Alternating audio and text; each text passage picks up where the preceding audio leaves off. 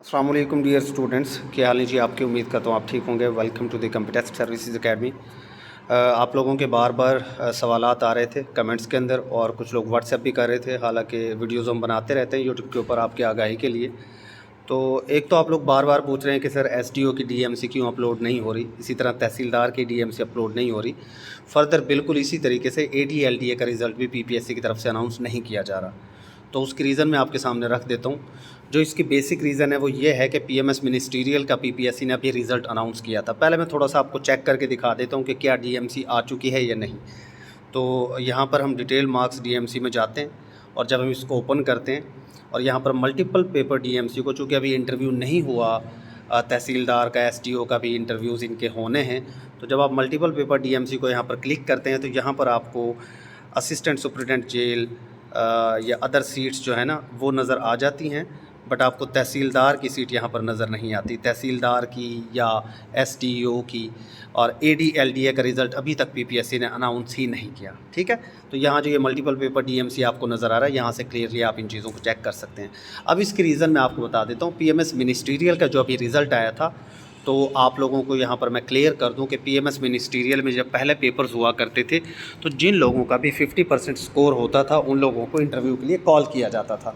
But इस बार PPSC ने खुद से एक चेंजिंग की और 1:5 की रेशो को अप्लाई कर दिया पीएमएस मिनिस्ट्रियल पर भी, तहसीलदार पर भी, एसडीओ पर भी, या जितने भी जो मल्टीपल पेपर्स थे उन सब के ऊपर।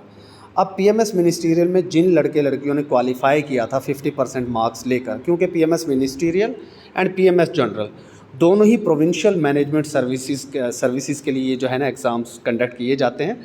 और जब प्रोविंशियल मैनेजमेंट सर्विस का जो जनरल एग्ज़ाम है वहाँ पर अगर 1:5 की रेशो नहीं है तो यहाँ पर भी 1:5 की रेशो नहीं होनी चाहिए थी बाय लॉ, क्योंकि कानून साजी करना असेंबली का काम है, ना कि पंजाब पब्लिक सर्विस कमीशन का। तो जिन लोगों ने क्वालिफाई किया वो चले गए कोर्ट के अंदर। अब कोर्ट के अंदर कल इसकी हियरिंग है 6 तारीख को, 6 मई को। हो सकता है ये लड़के लड़कियां केस जीत जाएं, और अगर ये जीत जाते हैं तो ऑफ कोर्स जो लोग क्वालिफाई किए हुए हैं 50% एग्रीगेट के साथ, उनका भी इंटरव्यू कंडक्ट किया जाएगा, जो कि चांसेस कम लग रहे हैं क्योंकि डिपार्टमेंट को ही ज़्यादातर जिताया जाता है। इस मुल्क में इंसाफ के चांसेस कम हैं। बहरहाल अल्लाह चाहे तो कुछ भी हो सकता है, क्या पता अल्लाह ताला उस जज साहब के दिल में रहम डाल दे और बाकी लोगों का भी इंटरव्यू कंडक्ट हो।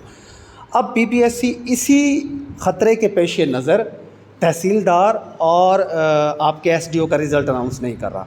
उसकी वजह है कि अगर तहसीलदार और एसडीओ का रिज़ल्ट भी अनाउंस किया जाता है तो जो लोग यहाँ पर भी क्वालिफाई किए और बैठे होंगे, जो भी लोग हैं जिनके अगर एसए भी पास है, जीके भी पास है, उर्दू एसए भी पास है, तो वो लोग भी ऑफ कोर्स फिर पीएमएस मिनिस्ट्रियल वालों की तरह कोर्ट में जा सकते हैं पीपीएससी के खिलाफ कि जी हम चूँकि क्वालिफाई कर गए थे, हमारा 50% एग्रीगेट बन गया था, पहले भी यही हुआ करता था, तो इस बार भी ये 1:5 की रेशो यहाँ पर भी अप्लाई नहीं होनी चाहिए।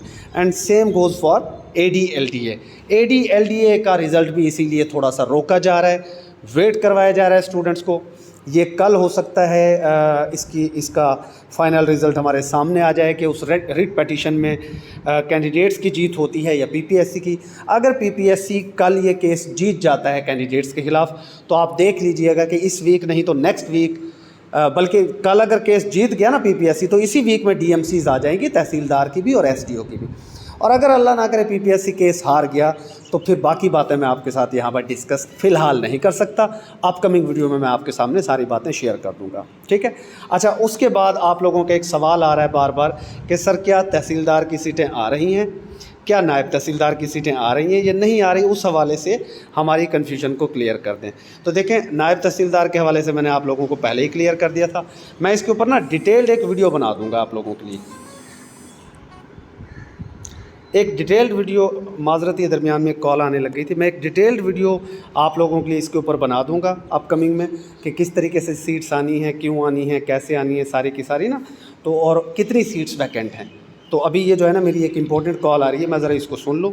और फिलहाल मैं आपको बता दूं कि हमारा इंटरव्यू सेशन चल रहा है सिस्टम सपोर्ट ऑफिसर के हवाले से, STO, enforcement officer, investigation officer, tehsildar, inspector legal, AEC के तो इंटरव्यूज़ हो गए और पैनल में हमारे साथ डिपार्टमेंट के लोग मौजूद हैं मेरे साथ। आप इसको ज्वाइन कर सकते हैं इंटरव्यू सेशन को। बिल्कुल इसी तरीके से हमारा एक स्पेशल स्मार्ट बैच भी चल रहा है, ASF, ANF, FGI और स्पेशली फॉर FIA, ठीक है। स्पेशली फॉर FIA वो यहाँ पर मेंशन होना रह गया। स्पेशली फॉर FIA हम जो है ना यहाँ पर सीट्स की तैयारी करवा रहे हैं। ये बार बार कॉल्स आ रही हैं, माजरत।